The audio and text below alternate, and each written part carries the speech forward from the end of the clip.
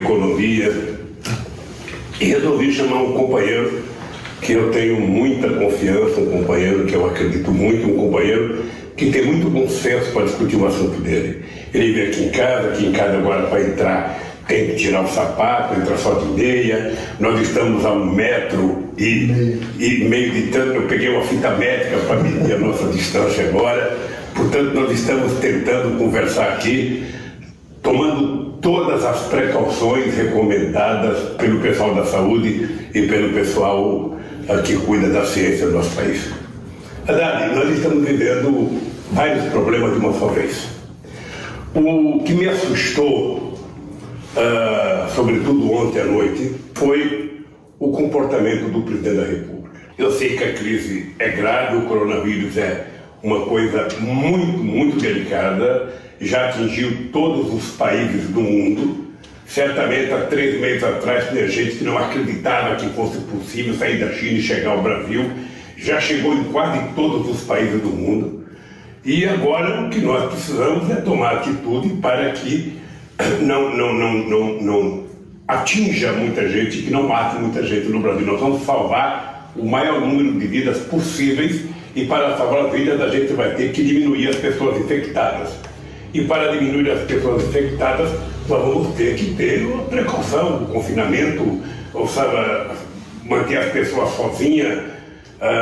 E eu fiquei assustado porque o papel de um governante é tentar orientar a sociedade, é tentar orientar baseado em informações científicas, ou seja, o presidente tem o Ministério da Saúde, que tem presidente de várias instituições que cuidam da saúde, que tem vários institutos de pesquisa, que tem muita gente importante nessa área e que tem dado uma determinada orientação. Para minha surpresa, o presidente ontem aparece na televisão de forma intempestiva, fazendo uma guerra política contra a sociedade brasileira, contra governadores, contra prefeitos, que estão tentando acatar as orientações dadas pelo próprio Ministério da Saúde, subordinado ao presidente da República.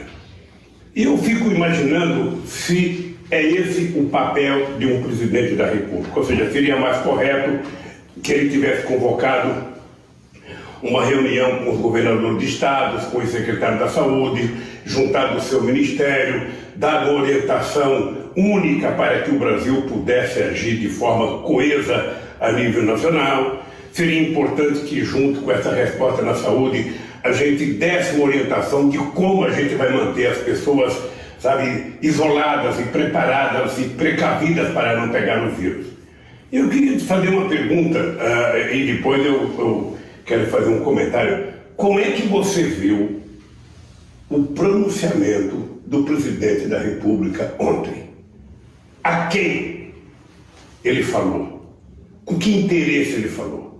Qual era a preocupação do presidente naquele instante? Porque a mim parecia uma preocupação eminentemente política e eleitoral. Ou seja, ele não está pensando no povo brasileiro, não está pensando no coronavírus, ele está pensando nele.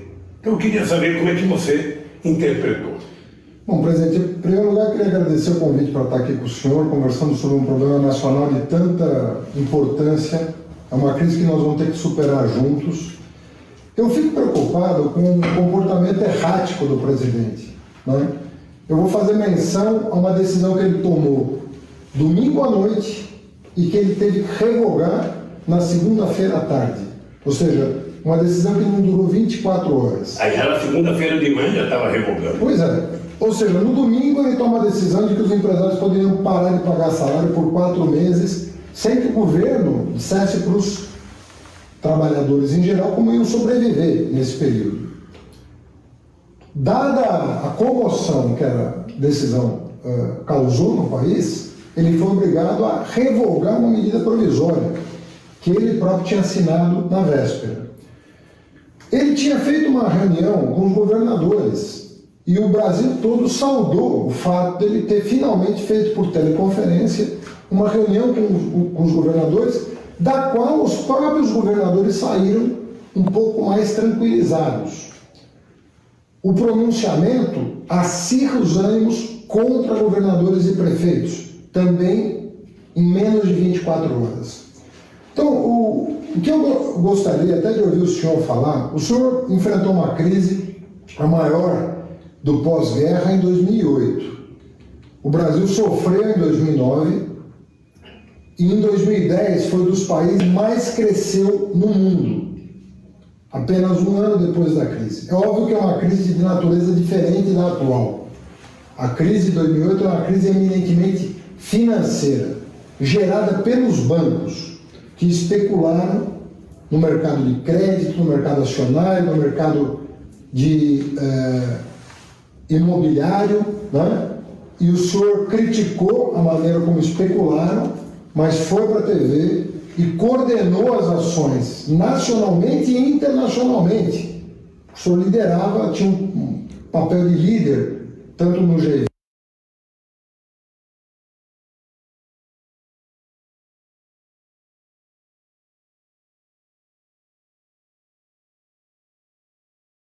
quanto nos BRICS, quanto aqui no Mercosul, na Unasul, e nós conseguimos sair em 2010, gerando emprego, gerando renda, com mais crescimento, com mais bem-estar. Repito, é uma crise diferente a que nós estamos vivendo hoje, que começou como uma crise sanitária, mas que pode afetar a economia se nós não soubermos caminhar, transitar por ela. Então eu queria perguntar ao senhor, eu queria que o senhor comentasse, na condição de chefe de Estado, em 2008, quando a crise se abateu, todo mundo dizia que ia arrebentar o Brasil, né? O senhor teve a maturidade de conduzir o país para fora daquela crise. Como é que o senhor vê esses movimentos erráticos de quem deveria estar liderando o país e coordenando as ações? Quer dizer, num dia diz uma coisa, no dia seguinte se desmente, e assim nós estamos nos atropelando, não é? Por falta de uma liderança sóbria, né? Que tenha autoridade junto a governadores, prefeitos, autoridades sanitárias, junto a chefes de estados de outros países, junto à Organização Mundial da Saúde, que emitiu nota hoje, dizendo que o Bolsonaro está equivocado, que não é assim que se deve proceder, vai faltar UTI para quem estiver doente. Então, eu queria que o senhor passasse mais do que as decisões que um governante tem que tomar, mas a metodologia de tomada de decisão, o procedimento pelo qual o senhor se informou sobre a crise de 2008 e como o senhor liderou a saída da crise. O Haddad, o problema é que o presidente Bolsonaro, ele nunca fez questão de pensar em todos.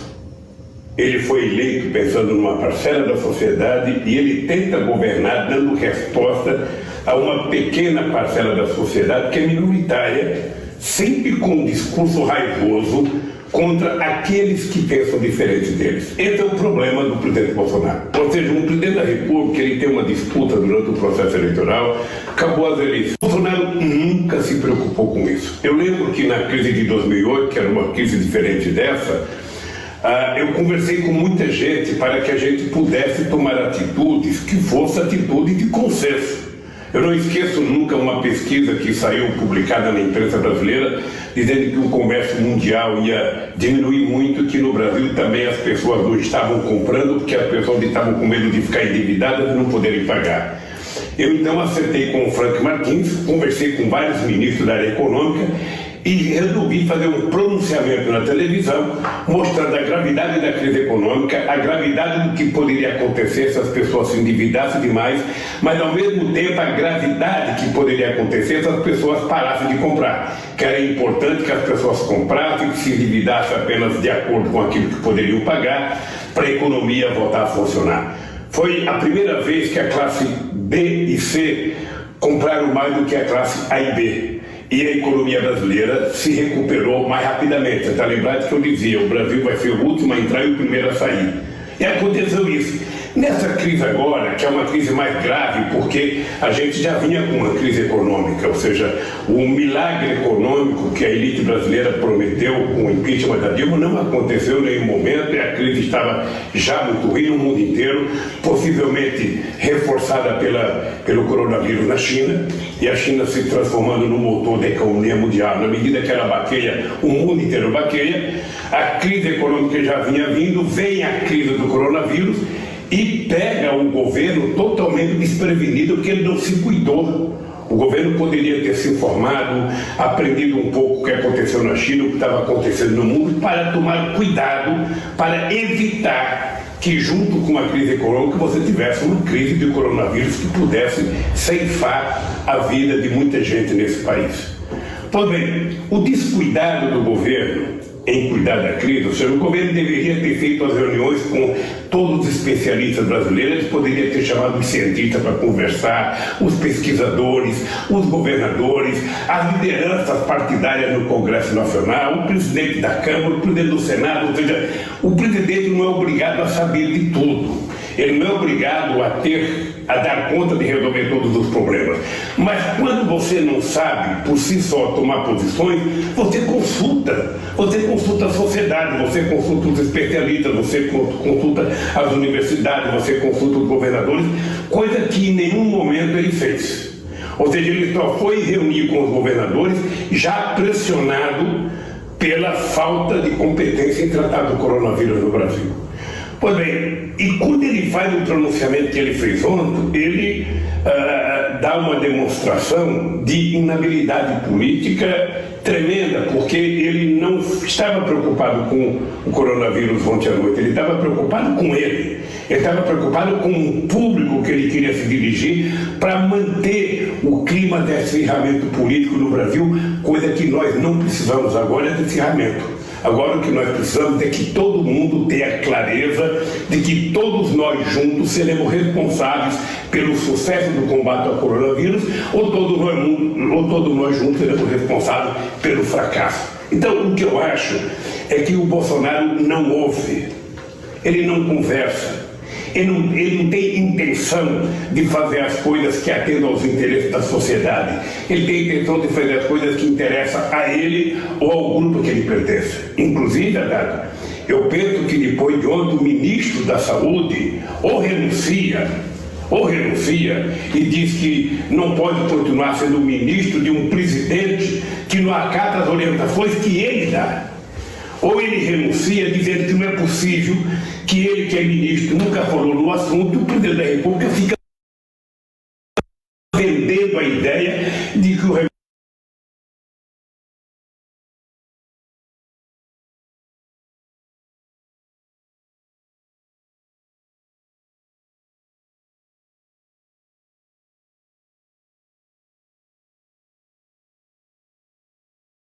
da malária é o remédio que vai curar, sabe, o coronavírus sem nenhuma prova científica, apenas com desejo por causa de uma fala do presidente Trump. Ora, nós temos aqui centros de pesquisa de extraordinário, eu poderia citar apenas uma, Oswaldo Cruz, citar a Fiocruz, ou seja, aqui já poderia estar pesquisando, não, mas ele não se preocupa com a verdade, ele não quer a verdade. O que ele quer é criar um caos no país. Ora, nesse momento, Haddad, eu acho que o presidente da República deveria ter aparecido na televisão para dizer o seguinte: olha, é grave, nós precisamos isolar as pessoas mais vulneráveis, nós precisamos cuidar das pessoas, nós precisamos cuidar das crianças, nós precisamos saber que setor produtivo vai continuar produzindo no país, como é que nós vamos cuidar dessas pessoas terem segurança no serviço, porque as pessoas têm que produzir alimentos, as pessoas têm que produzir coisas, remédios para a sociedade. Então, nós vamos cuidar de fazer com que a economia funcione sem colocar ninguém em risco nesse país. Esse era o papel do Estado. Esse era o papel do Estado de chamar, sabe, os cientistas, de chamar os governadores, os prefeitos, as Forças Armadas, ou seja, todo mundo que puder colaborar para ver se o Brasil consegue, aprendendo com o que aconteceu nos outros países, fazer com que o país tenha sido o último a entrar e o primeiro a sair com menos vida, sabe,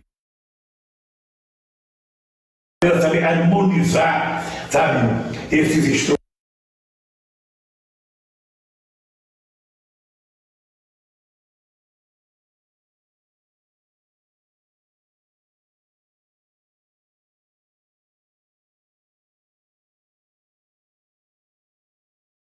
E o presidente da República, lamentavelmente, não sabe. Ele todo dia faz uma ofensa às pessoas, todo dia ele quer brigar com alguém, todo dia. E ele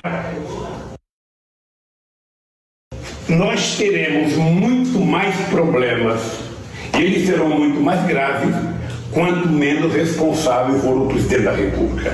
O presidente da República existe não é para propor o caos, ele existe para tentar harmonizar a sociedade brasileira entre os seus atores, entre as instituições, para que a gente possa dar conta dos problemas que nós temos. Isso vale para o coronavírus, mas isso vale para a economia, isso vale para outra coisa qualquer. Esse é o papel do presidente. Na hora que tiver uma eleição, vai ter a disputa e aí ganha quem tiver mais voto, ganha quem ganhar. Mas não pode fazer de tudo uma disputa eleitoral. Acho que nós estamos numa situação complicada, porque eu acho que o Bolsonaro não tem estatura psicológica para continuar governando o Brasil. Ou esse cidadão renuncia, ou se faz o impeachment dele, ou alguma coisa, porque não é possível que alguém seja tão irresponsável de brincar com a vida de milhões de pessoas como ele está brincando. Sabe? Sem nenhuma prova, sem nenhum conhecimento de causa. Deus queira que não morra ninguém, Deus queira que ninguém, ou seja, Deus queira que morra o menos possível, que o menos possível de gente tenha gripe, mas o dado concreto é que o papel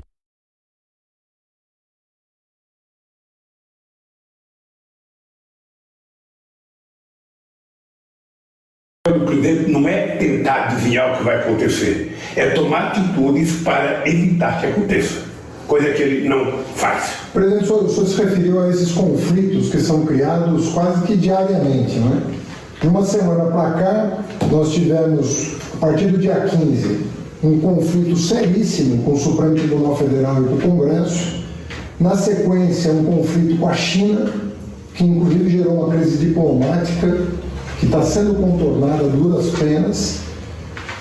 Agora um conflito com governadores e prefeitos. Eu estou falando de uma semana, né? São conflitos que vão se acumulando. E no caso específico da China, eu queria perguntar para o senhor, que a China foi o primeiro país que entrou na crise do coronavírus. E é o primeiro país que está saindo dessa crise. E se levarmos em conta a quantidade de chineses que habitam aquele país, estamos falando de mais de 1 bilhão de habitantes. 1 bilhão e 300 milhões. Nós estamos falando de 1 bilhão e 300, tem 1 bilhão a mais do que o Brasil, mais do que 1 bilhão. E é um país que conseguiu, sem cair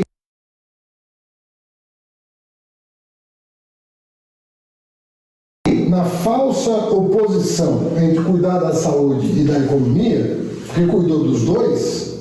A China não parou de produzir e a China confinou quando teve que confinar. Uma situação dando mostras, não só a China, mas também Coreia e Japão, de que há como equilibrar o problema sanitário do aumento exponencial de casos. Parece que os últimos dados sobre a economia americana revelam também que o número de casos está explodindo em função da falta de liderança do Trump em tomar as medidas cabíveis tempestivamente, ou seja, na hora certa.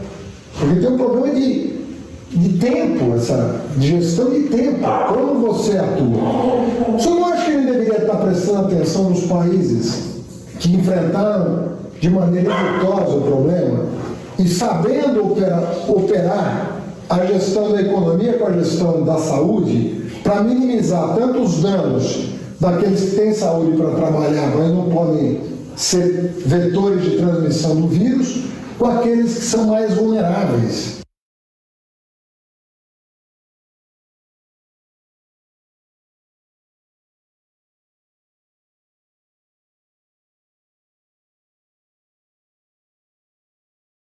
E não podem ter contato nesse momento, correndo risco, ou por doenças prévias, ou pela idade, de estarem em condições de vulnerabilidade. Haddad, eu acho que a China, ela teve um comportamento exemplar. Porque quando aconteceu o problema no estado que tinha 12 milhões de habitantes, o governo chinês não vacilou em isolar aquela região do restante da China para tentar evitar que o vírus chegasse na mesma proporção em outra cidade, e conseguiu.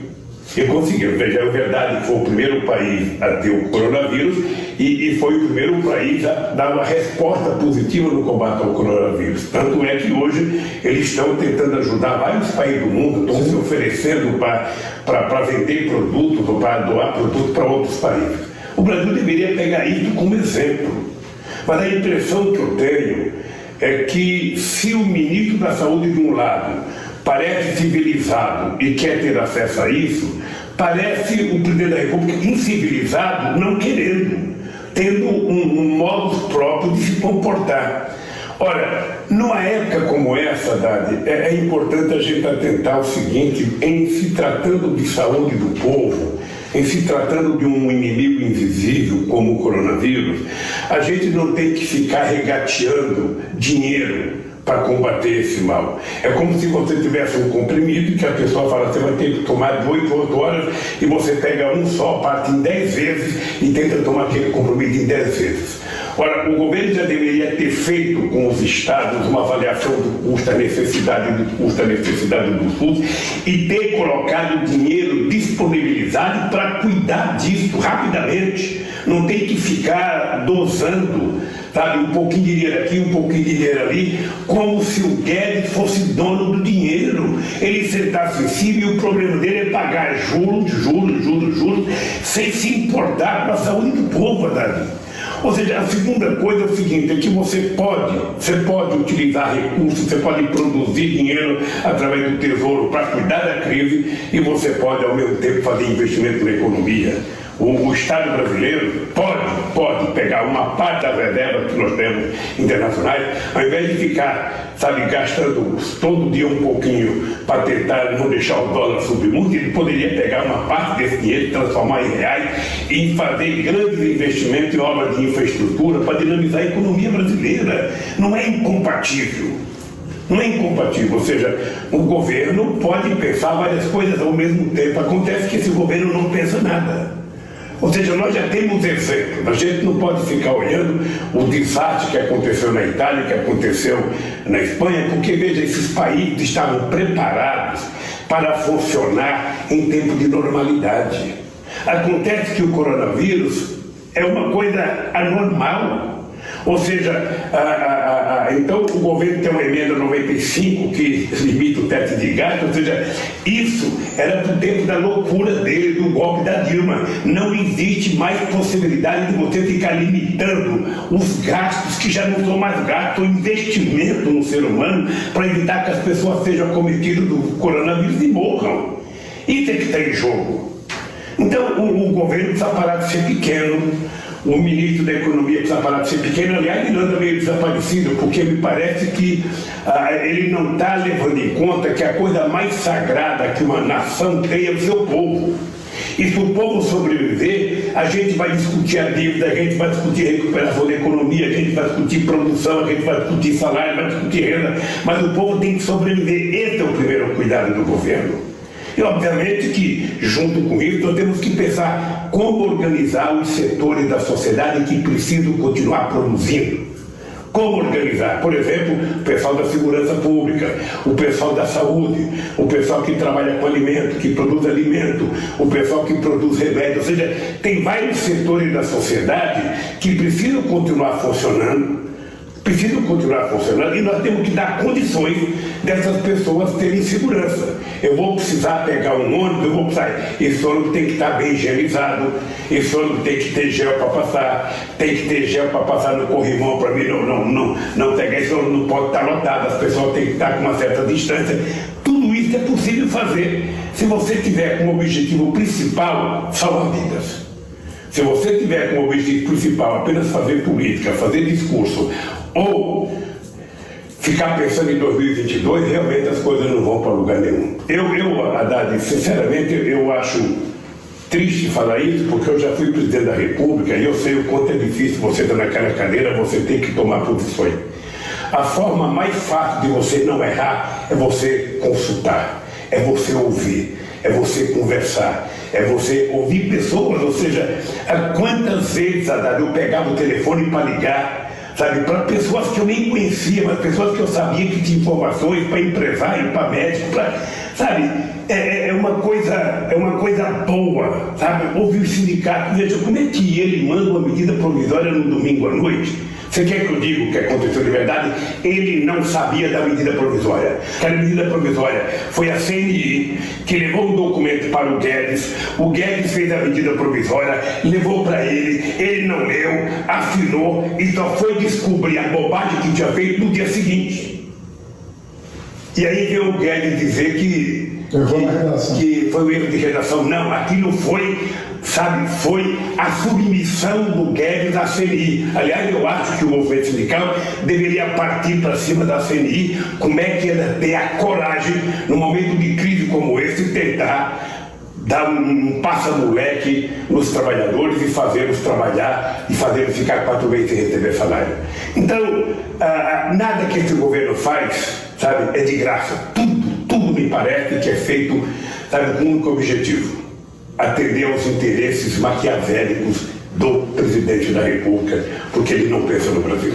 Mas, presidente, até para quem está nos ouvindo ter clareza, como não tem remédio, não tem vacina, todos os sanitaristas, todos os médicos epidemiologistas estão dizendo o seguinte: por que você tem que achatar a curva de transmissão? Ou seja, jogar com o tempo.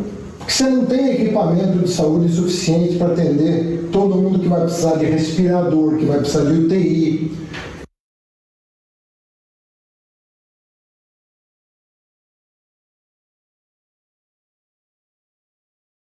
E aí, o governo passa uma imagem equivocada para a sociedade, dizendo o seguinte: olha, no mundo só morre velho. No mundo só morre velho ou doente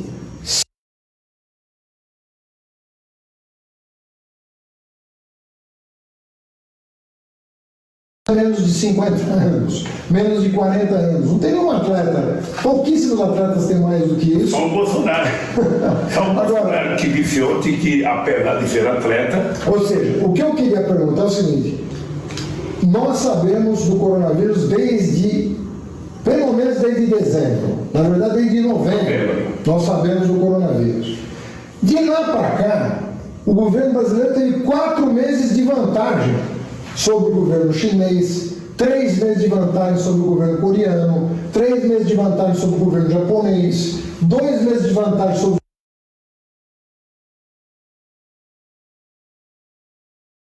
os governos da Europa.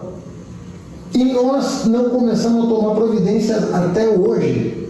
Não é providência de dizer vamos para a rua e vamos ver o que dá. Providência séria de fazer com que as pessoas que forem infectadas tenham chance de sobreviver ao vírus, que não tem uma letalidade tão alta se houver tratamento, se a pessoa receber o tratamento adequado. Aí a letalidade é baixa, mas sem tratamento nós não sabemos qual o tamanho da letalidade. Imagina se isso invade as comunidades pobres das favelas, do interior do país onde não há leito de UTI, como é que isso vai ser? Então, o que eu perguntaria para o senhor, eu queria que o senhor comentar, é o seguinte: o senhor falou, bom, a China começou na frente, mas isso é uma desvantagem, né? Começar primeiro. Você não sabe com o que você está lidando. O senhor imagina que nós desperdiçamos um tempo, mas ainda temos condição de, se o governo tomar as rédeas do processo com responsabilidade, superar essa situação? Ou o senhor é mais pessimista em relação ao que nos aguarda? Eu sou pessimista com relação ao que nos aguarda, porque nós perdemos tempo demais. Nós não fizemos a lição de casa que deveríamos ter feito desde o começo. Possivelmente por conta da compreensão do presidente de que isso é uma gripezinha, que ele é atleta e que, sabe, não vai acontecer. Se ele tivesse agido com responsabilidade, se tivesse liberado os recursos no tempo certo, se tivesse orientado através do Ministério da Saúde os estados e os municípios a fazer as coisas corretas, quem sabe a gente já tivesse máscara, quem sabe a gente já tivesse respirador, quem sabe a gente já tivesse feito o teste em todo mundo. Sabe? Quem sabe já tivesse feito milhões de testes. Ou seja, entretanto, como eles brincaram achando que a China é longe, não vai chegar no Brasil, é um vírus chinês, não vai chegar no Brasil, ou seja, sabe, ele deve entender que a Terra é plana, portanto, sabe, era mais difícil de chegar aqui. Bom, o dado qualquer até que chegou. Olha, o que eu acho? A gente não tem que ficar lamentando, a gente tem que trabalhar mais. Tem que trabalhar mais. Eu estou vendo os governadores se dedicarem, todos os governadores do Sul, do Sudeste, do Nordeste, estão todos tentando fazer aquilo, porque ninguém quer carregar nas costas da responsabilidade pelo desastre, sabe, que mata milhares e milhares de pessoas. Então, eu acho importante os governadores continuarem assim, os prefeitos continuarem assim, e o presidente da República tomar juízo, ou o Congresso fazer com que as coisas aconteçam. A minha opinião, eu volto a repetir, sabe, nós temos um povo ordeiro, nós temos um povo que tem problema, o povo não tem salário, por isso é que nós decidimos que o Estado deveria garantir uma renda mínima que fosse igual a um salário mínimo para todo mundo, para a gente atravessar esse maremoto que está acontecendo. Ou seja, eu conheço histórias na Segunda Guerra Mundial de pessoas que ficavam dias e dias sem ter o que comer, dias e dias. Nós não precisamos disso. Nós não precisamos disso, nós temos quem produzir, precisamos organizar a produção, precisamos organizar a distribuição e precisamos organizar, sabe, para que as pessoas possam receber o mínimo necessário para continuar comendo as calorias e as proteínas necessárias. Mesmo aí você tem uma escala preferencial. Você tem as pessoas mais vulneráveis, você tem as pessoas mais pobres, as pessoas que estão desempregadas, você tem os trabalhadores autônomos, você tem o pessoal que trabalha em aplicativos. Toda essa gente mais vulnerável tem que receber do Estado a garantia de que, olha, você não vai faltar o pão para você tomar café, não vai faltar o teu almoço, não vai faltar a tua janta. Você não vai ter, sabe, como é que fala, excesso de comida, mas as proteínas e as calorias necessárias você vai ter. Sabe, isso em época de guerra nós temos que fazer isso. Sabe, não tem que ter limite de pensar o que eu vou investir, ou seja, nós temos que investir. Veja que eu não estou utilizando a palavra gasto, eu estou utilizando a palavra investir, porque nós estamos tratando de vida. Gasto é quando eu deixo o dinheiro parado no banco para pagar juros e as pessoas morrendo de necessidade na rua, morrendo de frio, sabe? Morrendo de outras doenças mais elementares. Então, Haddad, o que eu penso é isso, olha, eu penso que o Bolsonaro chegou ao limite da compreensão das pessoas mais compreensíveis do país.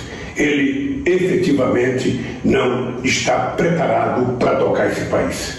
Você vê de um cidadão que faz uma viagem para os Estados Unidos e me parece que já tem 23 pessoas que viajaram com ele.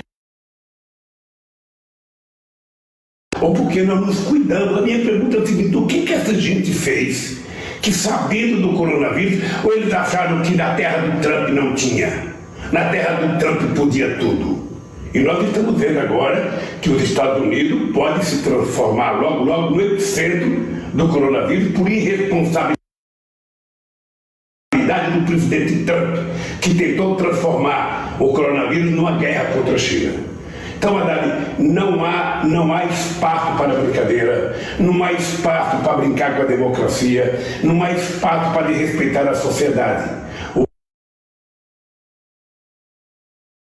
O Bolsonaro fica tentando apelar de uma forma, às vezes, até demagógica, sabe, falando em nome do povo pobre, que precisa de proteção desse povo pobre.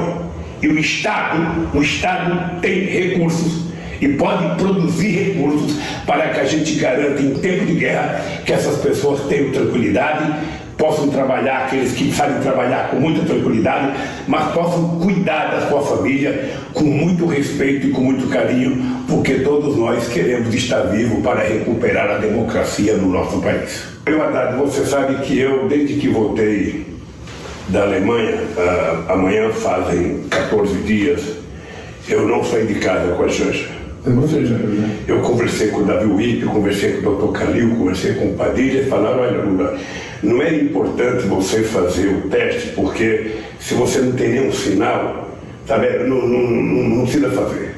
Então eu resolvi ficar em casa. Eu resolvi ficar em casa de quarentena, não saí, não vi minha netinha que nasceu. Eu tenho uma netinha que nasceu, a Letícia, nasceu quando eu viajei para a França. Eu não vi ela, não vi o Luiz Cláudio, não vi minha nora, não vi nenhum filho meu até agora, porque eu acho que é uma das formas que eu posso contribuir para combater com o coronavírus. Agora que vai completar 15 dias, eu vou voltar a falar com os médicos, vou perguntar o que eu faço agora. A verdade é que eu tenho 74 anos, eu me sinto bem, eu me acho saudável, mas a gente não brinca com doença. Claro. Esse vírus não tem amigo, esse vírus só tem, sabe, gente que ele quer derrotar. E eu resolvi lutar, e uma das formas que eu tenho de lutar é me preparar, é me precaver. Obviamente que tem gente que tem muito mais necessidade, tem gente que fica pensando, pô, se eu não for trabalhar, a minha patroa vai me mandar embora. E eu queria dizer, olha, nenhuma patroa tem que mandar sua empregada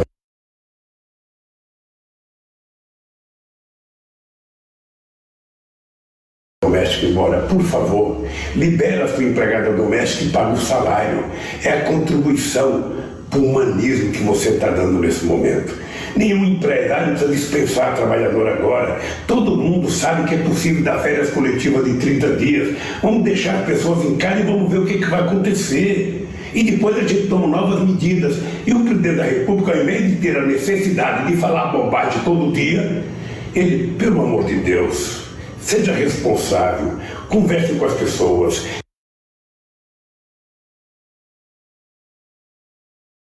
Discuta com o Congresso, discuta com os governadores, Com serenidade, discuta com... Porque é isso que nós estamos precisando. Eu tenho dito já há algum tempo que é o seguinte, nós precisamos recuperar o humanismo. Nós precisamos recuperar a ideia da solidariedade. Nós precisamos recuperar a ideia, sabe, de que nós temos que estender a mão um para os outros, porque nesse momento todo mundo precisa de apoio de todo mundo. Sabe? Não pode uma pessoa querer ir no supermercado e comprar tudo que tem lá, deixando os outros sem nada. Tem gente que está comprando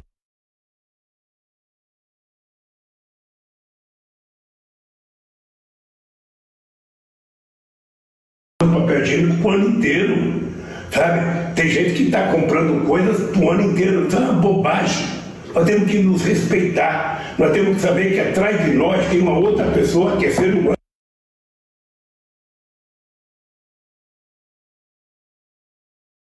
que precisa das mesmas coisas que nós. Então vamos repartir de forma solidária, sabe, nesse momento difícil. Eu penso que é isso que a gente deveria fazer nesse momento e acho que o Congresso Nacional, os partidos políticos, a sociedade precisa dar um jeito no Bolsonaro. O Bolsonaro não pode continuar governando esse país do jeito que veio governando, disseminando a discórdia, o ódio, a mentira e governando com fake news, mentindo. Outro dia eu vi no jornal que o Trump chega a contar em média 12 mentiras por dia no Twitter dele. Olha, como é que é possível alguém ser presidente de um país e passar a contar mentira o tempo inteiro? Então o Brasil está precisando de muito juízo, de muita solidariedade, de muita compreensão e de muita solidariedade. É isso, e sinceramente, eu só espero que o presidente Bolsonaro faça, sabe, aquilo que é o papel dele fazer como presidente, governar esse país, e não achincalhar os outros,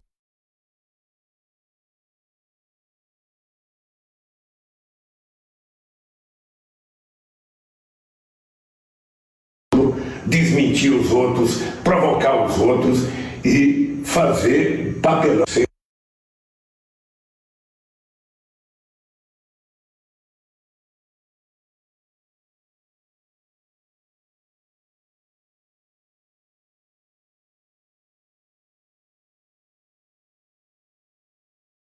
E age com muito bom senso, com muita maturidade.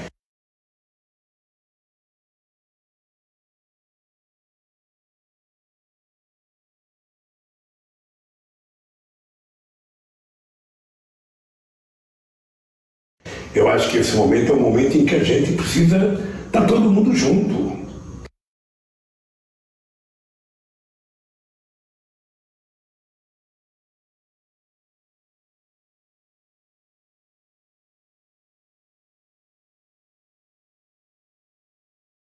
Tá? Comer, vão precisar andar de transporte, nós precisamos dar garantia a essa gente.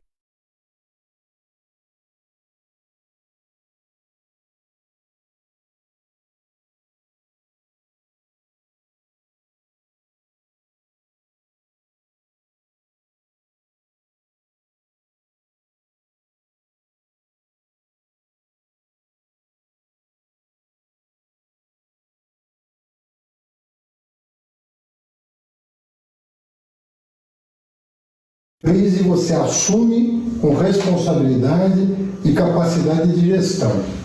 Crise, o homem público se imbuam da responsabilidade que assumiram e conduzam o país com a ajuda de todos para a gente superar essa situação. Parabéns, Lula, por todo... Eu acho que mais uma coisa importante é o seguinte, é que o Congresso Nacional, através da liderança dos partidos políticos, chamasse o Ministério da Saúde ao Congresso Nacional para ele dar uma explicação do comportamento do presidente. Porque ou o presidente está errado ou ele está errado. Não é possível chamar o presidente da Anvisa. Que história é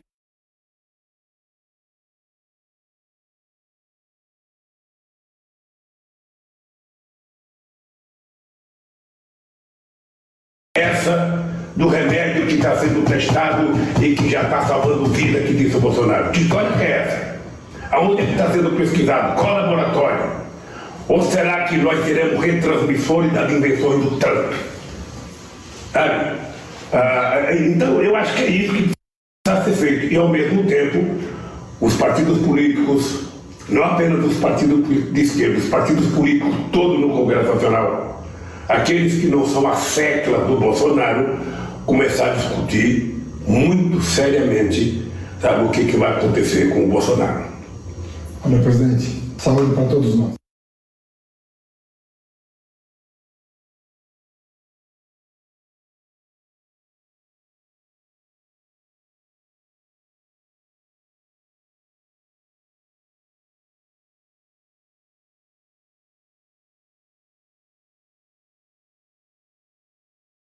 Você se pergunta como um candidato com tão poucas qualidades e com tantos defeitos